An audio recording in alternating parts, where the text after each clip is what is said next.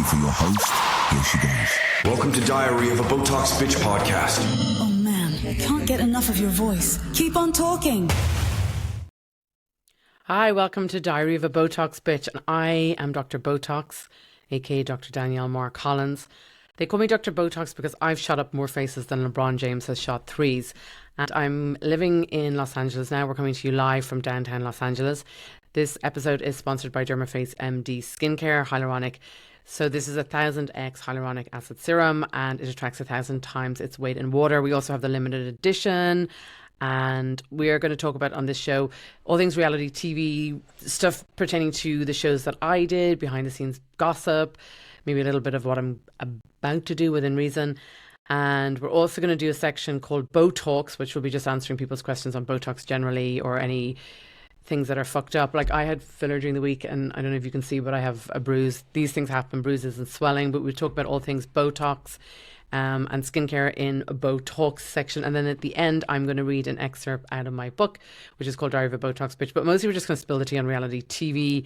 And, you know, I was the villain. So look, okay, so they call me Dr. Botox, and I had the biggest Botox clinic in Ireland. And by the time I was 30, I was clinical director in Harley Street in London. And I did a show called, well, they called it The Real Housewives of Ireland. The Real Housewives of Ireland is a lot like The Real Housewives of Beverly Hills, but less money, like a lot less money. I also did a show in England called Celebrity Big Brother UK, and Big Brother UK is a lot like, well, it's a lot like Big Brother, but a lot less celebrity. And very quickly, the British tabloids dubbed me Dr. Botox, sometimes just the bitch of Botox, sometimes Botox Bitch. Also available merch. My pronouns are Botox Bitch. Available on the website, along with my book, which is coming out next year. And at the end of this episode, I'm going to read some excerpts from the book. But I guess we're going to start with just reality TV gossip, because that's what I do. It's so funny. For a long time, I was kind of embarrassed that I did so many reality TV shows, and I felt like people should tell me not to do it. And then when I came to America, I was like, everything is celebrated. I also do an awful lot of stand-up comedy. So during the week, I was down at the Comedy Store in La Jolla, and I spill the tea on all things reality TV and all things Botox and the crazy Botox patients and the crazy storylines and the reality TV shows that I did. I will be at the Comedy Store up on Sunset twice in the next month, and I'll be in the Ice House in Pasadena as well. So all the details are on the usual spots, the website, TikTok, everything. But today I just wanted to start with the big thing at the moment is The Real Housewives of Beverly Hills has dropped, and the main storyline is obviously Maurizio and Kyle. And I know everyone is really sad, thinking, oh my God, they're the golden couple. They still are in my mind. You know, you see them walking around, not so much recently. Oh God, that's going to make the situation worse. But basically, obviously Maurizio is a realtor, and actually his offices are 2 blocks from my office. So I know a lot of people in the area, and also just from speaking to my neighbours and stuff, the general consensus is that Maurizio is a real family man. He's not a player. He doesn't go around flirting. So I don't really like these insinuations, you know. As for Kyle as well, and her friendship with Morgan, I think it's just a friendship. Look, if you deal with paparazzi and tabloids, they can make any story. Even when I did Big Brother, they can just take the edits of anything and create anything they want. So do I think it's a little bit awkward that Maurizio is now currently on Dancing with the Stars with a younger dance partner? Yes. Was he recently photographed with a dance partner out with his parents? Yes. But that's what happens. Do you know, it's so funny. Even when I come off stage, you know, I don't want to go be on my own. I'm always like, you know, if you do live TV, if you do stand-up comedy, whatever you do, you can see why the rappers and people roll with a big entourage, because once you do stuff like that, you don't want to be like suddenly, oh, right, I'm going to go home and watch TV. You want to be out or doing something, and, you know, you just chill down from whatever the performance is, be it, you know, he was Dancing with the Stars on a Tuesday night, and then I think he grabbed something to eat with his dance partner, or maybe it was after rehearsals. His parents swung by. Like, it's not that big a deal, but obviously they were photographed. It doesn't look good. It's hurt Kyle. Kyle was on with Andy Cole earlier on the week speaking about this, and her feelings are hurt. So, I mean, I totally get it. But just the word in the street is that, oh my goodness, by the way, I'm just looking at this. I had filler during the week on my lips, and I have a bit of a bruise here, which is obviously completely common. Risk side effect is bruising and swelling. So who cares, whatever. In fact, I should probably put on some concealer. But yeah, back to Maurizio. It's awkward that he's going through, you know, I think for Dancing with the Stars, there's a history of, especially on the British one, of couples breaking up. So is it the best time to do Dancing with the Stars with a younger, pretty blonde dance partner, probably not. He did a piece to camera where he was speaking about himself and Kyle not throwing in the towel, but at the same time, it was on the set of Dancing with the Stars. So he had his arm resting on the hip of his younger, hotter blonde, not hotter actually, because Kyle's beautiful, but younger, hot blonde dance partner. Not great, to be honest with you, not the best. But again, things are completely taken out of context all the time with anything to do with this. So anything to do with the reality TV. But definitely from speaking to my neighbours and other realtors, for 20 years, 27 years, Maurizio is an absolute dote of a man, not flirty, not one of those. Because very quickly in LA, I can tell you, very quickly who's trouble, who's messy, who's not messy. So I would say that probably it would be wise to... I'm just hitting TikTok. I think just pertaining to Kyle and Maurizio, it would be wise to let it play out. Like I said, I don't think it's great. I don't think it's great that Maurizio's dancing with a younger, very pretty blonde partner and Dancing with the Stars at the moment. Every Tuesday night at 8:00, you turn on the TV here in Los Angeles and obviously they're dancing away. And he even did a piece to camera, like I said, where he had his hand on her waist and was explaining that him and Kyle are still not throwing the towel. It was just awkward. It was really awkward. And if I was Kyle, you'd want to be in a pretty strong marriage to be comfortable enough with all of that going on. But, he's still, I think it's 3 or 4 weeks in and he's still dancing. And, you see Maurizio walking down Cannon, walking down Beverly, walking down Rodeo Drive. He's a very good looking man. All the women in Beverly Hills will always say he's a very good looking man. No one's questioning that. But has he been he's very well known for being very respectful, very family man. No one says, oh, he was... sometimes when a story like this breaks, people are like, well, wait till I tell you the time that, he was chatting to me or this and that. The general vibe and the word on the street is like, he's a realtor, he's very respectful, he never hits on anybody, he's not a flirty sort of a guy. So, I don't know. And then Kyle is just friends with Morgan, from what I can tell. I know they've been edited in certain ways, but that's what happens. Like, I did Big Brother in the UK and I was edited. It was so stupid the way it's like you can literally take any footage and create anything. So that's kind of interesting. The one other thing in terms of reality TV as well, there's always headlines and there's always story behind the headlines. So any of the headlines around me, well, not all of them, but like a lot of them, if anyone wants to post and ask me what's going on, I'm happy to explain it. There is one thing that I'm confused about, and I just could be literally like, I don't know. So here's the thing. When I did The Real Housewives of Ireland, I'm just looking it up now. When I did The Real Housewives of Ireland, or Dublin Wise, Housewives of Southside, or whatever the fuck they're calling it this week. But when I was last taping for that, I think that there was a whole load of rumours and a lot of... storylines, sorry, not storylines, but there was a lot of newspapers about the fact that one of the girls on the show with me, a girl called Virginia Macari, obviously I call her Vagina Macaroni or Flip the Burger, she was heiress, or I don't know what the newspapers dubbed her as, heiress, dynasty heiress to like the Irish version of Denny's or IHOP. I mean, please, they had like 2 corner chip shops. Let's fucking relax now. But when I was filming last with her, and again, just also congratulations to her because she recently got engaged. So also I'd like to refute the comments that suggested that I snubbed her bikini line, because that's not true. She has a bikini line called Miss V, and I wore Miss V bikinis on the beach all summer in Quinta do Lago in Portugal and all summer in Malibu. So that's not true. I love her bikinis. They're amazing. Also, I'm not up to date, so you guys might have to help me. But this is because I've been in the US for quite a while. I was stuck here even during the pandemic. So I'm just reading Barry Egan, and this is from, I think this is from back in 2015. Barry Egan is a very well-respected journalist in Ireland. He writes for the Irish Independent newspaper, the Independent Group, which is akin to the New York Times. I mean, a very, very reputable news source. And Barry Egan is an excellent news source. So he had written about the fact, the headline was, "No, I'm not in jail. Husband of Virginia Macari following conviction for fraud." I don't think he was ever the husband, just to be honest with you. I think he was the baby daddy. But it says, "No, I'm not in jail. The situation is a lot more complex than has been portrayed in Irish media." Socialite Virginia Macari's beau tells Barry Egan from their beachfront pad in Marbella. You know what they say about Marbella, sunny place for shady people, but whatever, who am I to comment? So it says, despite being convicted of 17 counts of loan fraud totted up to 4.1 million in a court in Oslo less than 2 weeks ago, Castdal, or Thor Castdal, remains remarkably cheery and chipper even. I'm certainly not in jail, as reported, Cast told me yesterday on the phone from his home in Marbella, where he is staying with his Cork-based fiancée, Virginia Macari. Like I said, I call her Flip the Burger or Vagina Macaroni. I won't say where they live, but anyway, guys, I need to get up to date. Sorry, I should have done better research because I think I'm just confused. She's now engaged to another guy who is actually from a really good family, so that's great. And yes, I am delighted for her, and I did send her a very large bouquet of flowers. So I don't appreciate people saying I don't support her bikini line, because like I said, all summer I wore Miss V bikinis in Kent de Lago. As soon as I got off the golf course, I was straight into a Miss V bikini. And also, I did send her flowers to congratulate her on her engagement. Do I know for sure it got to her? No, because my understanding is they've had to relocate numerous times over the last number of years. So did I send it to her last known address? Yeah, I did. So I sent her flowers.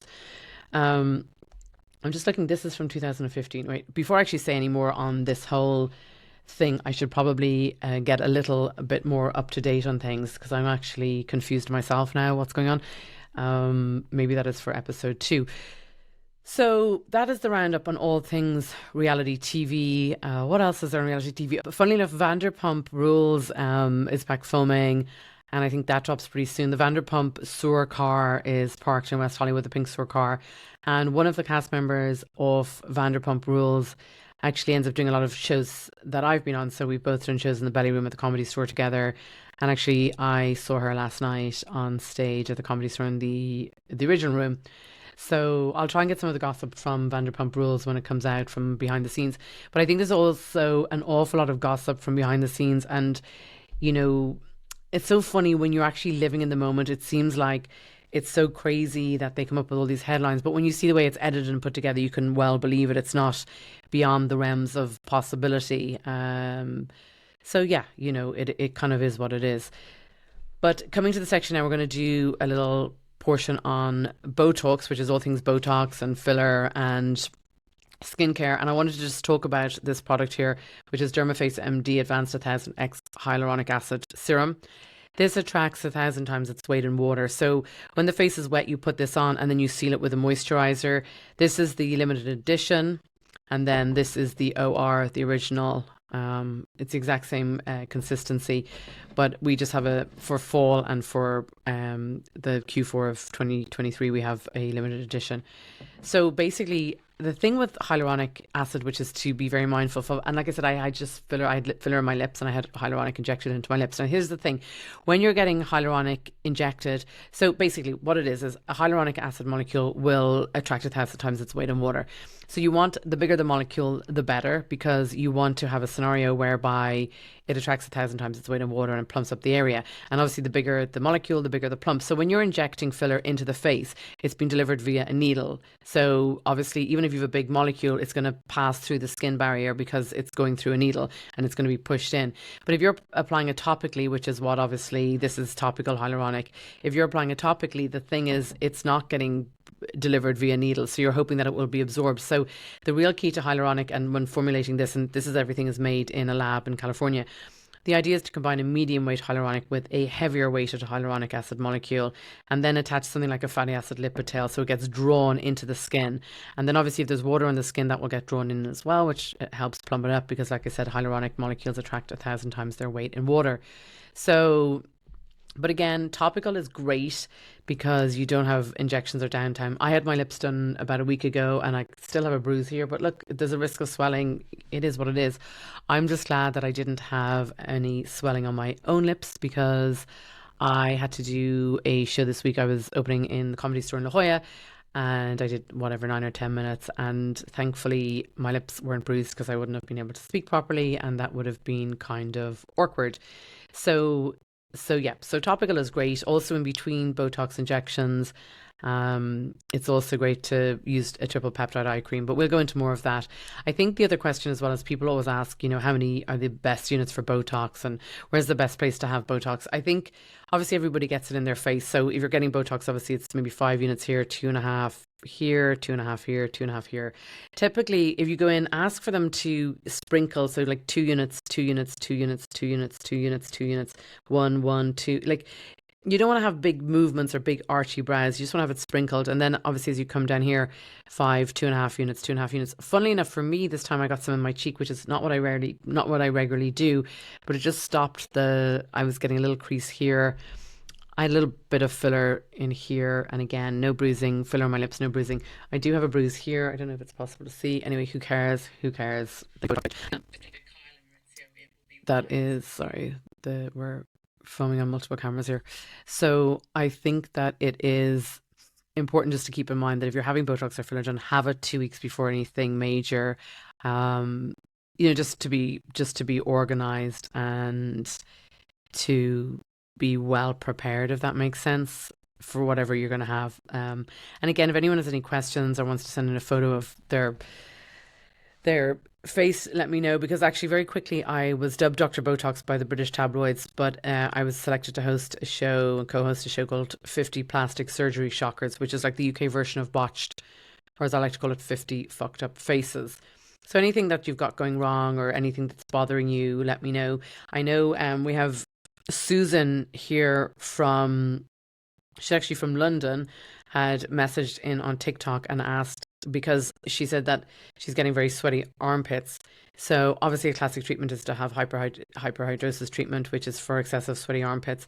Also, some people get very sweaty palms, which I know doesn't sound major, but it can be very debilitating for them. So typically if you're going to get some Botox in your under armpits, you would have some iodine. The clinician will do this for you, but iodine is placed. And wherever it comes up purple, cornstarch and then iodine, and wherever it comes up purple is where the sweaty glands are. So you have one treatment, and then a top up, the same iodine and cornstarch is applied to see what areas are still sweaty. And typically it's a very effective treatment. So I think it's great. I don't get it myself. I don't have sweaty armpits. But it's not sore either because it's a very superficial injection. Unlike filler, Botox is a very superficial injection as well, and just get people to use BD needles. One practice that I find really weird here in Los Angeles and Beverly Hills is people are decanting the filler into BD needles.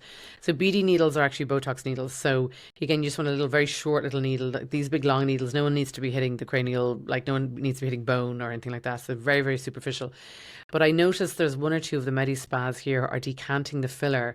So if they get a Juvederm Ultra and they're decanting it into a BD needle, it's weird because it comes sterile and it's already sterile. And I'm pretty sure Allergan would be fucking unimpressed at this decanting of filler. And it also begs the question, is it actually Juvederm filler or are they using cheap stuff? I don't know. It's just sketchy practice to me. I just don't think it's great. Also, I think the glam here in LA, I'm sorry, but the glam in Ireland is the best glam. Hair and makeup is by far better in Ireland. The teams are great, and also even better than the UK, because when I did Celebrity Big Brother in the UK, the glam team, like, they were fine, like whatever. They weren't like, I don't know, they weren't wow. I didn't think they were like super, I just didn't think they were anything particularly special. It was fine. It was baseline stuff. But the glam teams in Ireland, so shout out to the Irish hairdressers, shout out to the Irish makeup artists. The glam is better than anywhere, better than anything and anywhere, which is kind of cool. What else do I want to talk about? So I feel like actually, to be honest with you, I need to get myself up to speed on, because a lot of people are asking about vagina macaroni and her baby daddy. And again, it's not my business. I mean, I couldn't comment on anything like that, but I'd like to be aware myself. I know that on set he was always very nice, so I don't know if, again, I think I'm reading this from 2015. God, knowing my luck, he's probably already in prison or something, and I just didn't know about it. I mean, would you believe that? I mean, typical of my luck, I'm reading the newspapers and trying to get myself up to date on everything Maurizio and Kyle and all things, the other co-stars of Dublin Housewives and stuff. And obviously the most interesting character is Vagina Macaroni, or as I like to call her, Flip the Burger. But again, I'm just reading, I'm just frustrated with myself. I should have read this before we were taping, but I'm just reading information about the fact that her baby daddy, I think he's innocent. Or did he did he get questioned by the police? Oh, my bad. I need to actually get up to date on this before anybody. I need to get up to date. Typical of my luck, I need to get up to date on actually my other cast members from the Real Housewives of Ireland, Dublin Wives, Southside Housewives, whatever the fuck it's been called this week. Because like I said, I did a show called The Real Housewives of Ireland back across the pond. But I'm good. I was the villain. The rest of them are all still in therapy. I was the villain, so I'm all good. And one of the girls was called Jo, and I absolutely adored her. And then she betrayed me, which is what happens on reality TV, guys. So I have her on my phone as Jodis to remind me of the betrayal. So if you see on TikTok, I just call her Jodis all the time. And then my real nemesis was Virginia McCary, who was heiress to like Irish burger joint, Denny's or IHOP. I mean, please, that they own 2 corner chip shops. I mean, fucking spare me. But I need to get up to date on her. She was by far the most interesting person on the show with me. She's a very interesting individual, and I think I actually need to get up to date because I'm confused, because the last I read, I just was reading in 2015, like I said, from the source Barry Egan, who's a very well respected journalist in Ireland, very well respected from the Independent newspaper group, again a very reliable TV source.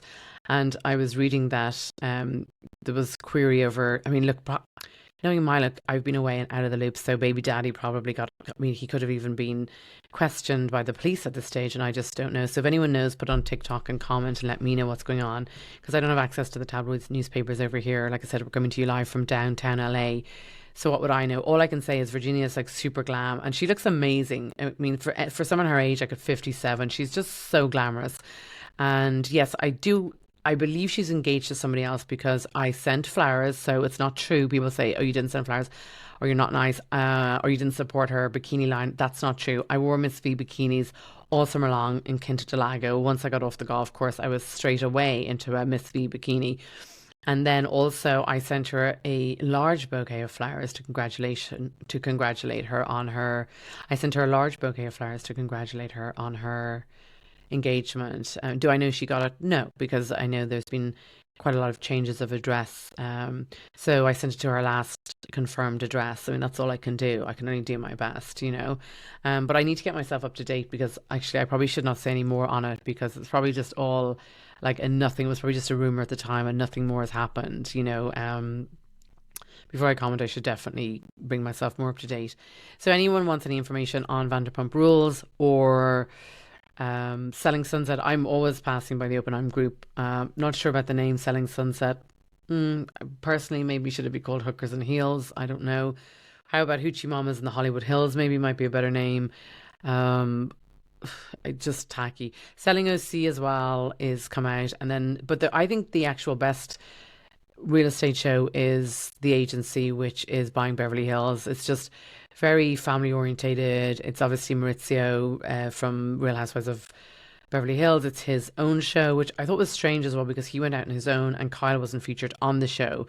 And I thought maybe it was just a conflict of interest with the different networks. But now as their storyline is playing out, I'm like, kind of makes sense. I think she did one cameo via FaceTime, I think, and that was about it. So I don't know for sure what's going on, but I would say that on the ground it's very much confirmed that he's a very family man. He's never flirting with anyone. He's not one of these guys who's a player, and I would know, you would hear around in this town. So I can't say much more about that. So like I said, I need to update myself on what is going on with regard to my co-stars, because I'm not really up to date. And I think the most interesting one, like I said, was Vagina Macaroni. But I'm going to just read a little excerpt from chapter 1 of my book, Diary of a Botox Bitch. And just don't forget that my pronouns are Botox Bitch. Merch is available to buy. And then also, this is amazing. And if you use code Dr. Botox on the website, you can get anywhere between 10 and 25% off. So just even DM me and ask for the codes, and I'll give you great discount codes. So I'll just read a little bit about from my book, Diary of a Botox Bitch. So chapter 1, the benefits of being in France. I'm not sure if the French policeman was more horrified by the fact that I had been doing 180 kilometers an hour, or the fact that I'd managed to reach such a speed in a rented Renault Megane. In any event, I had to quickly pull a move that I wouldn't normally make in such circumstances. I reached for my driving license while simultaneously smiling and almost winking, in the hope that it might somewhat alleviate my situation. I decided it was a necessary tactic given that it was 9:25 p.m. at the side of the A8 motorway in France, very much the wrong side of Monte Carlo. I was actually on a conference in Monte Carlo. That's where you'll see clips on TikTok of me in a helicopter transfer. So back to the book, Diary of a Botox Bitch. To cut a long story short, I had been invited to Monte Carlo in Monaco to attend the World Aesthetic Medicine Congress, which is a meeting of some of the largest nip and tuck egos in the world. The Congress wasn't due to start until Friday morning, but since Ryanair, which is like Irish Spirit Airlines, doesn't fly into Nice on a Thursday, I found myself in the Côte d'Azur by Wednesday lunchtime. I could pretend I didn't know what to do with myself, all on my own in Monte Carlo, but I could just confess also that I'd hatched a plan to visit a certain friend of mine. On arrival at Monaco with Hyaluronic Monaco, and by the way, that's the only way to transfer from Nice Airport to Monte Carlo is via Hyaluronic Monaco. So you can use, again, Dr. Botox for a discounted. It's actually the same price as getting a car. If you're just one person, obviously if you're 4 people, you can split the price of a 10-car transfer between 4. But otherwise, it's the same price. So why not get a helicopter, like, for sure. And traffic leaving Monaco is notoriously horrific during rush hour, and it was made even more horrific on this occasion by a sat-nav that spoke French with a Scottish accent. I kid you not, that actually happened. And it was about 4 years out of date as well. Also, another train wreck aspect. I finally found myself on the A8 motorway. I reckoned that if I could keep the C on my left-hand side, all would be okay. Fast forward 3 hours and I was panicking a little. I remember the journey the last time being a lot shorter, and then again I did have a driver the last time, and come to think of it, I snoozed a lot at the time. By 9:30 p.m. I had received numerous phone calls from my friend who was hungry and was cooking dinner and wondering where I was. I was beginning to think I needed a bag of tricks to get me in situ sooner rather than later. So 3 hours after exiting the Principality of Monaco, I decided to put my foot down and make up for some lost time. I figured with a driving licence there wasn't a lot that the French police could do, even if I was caught speeding.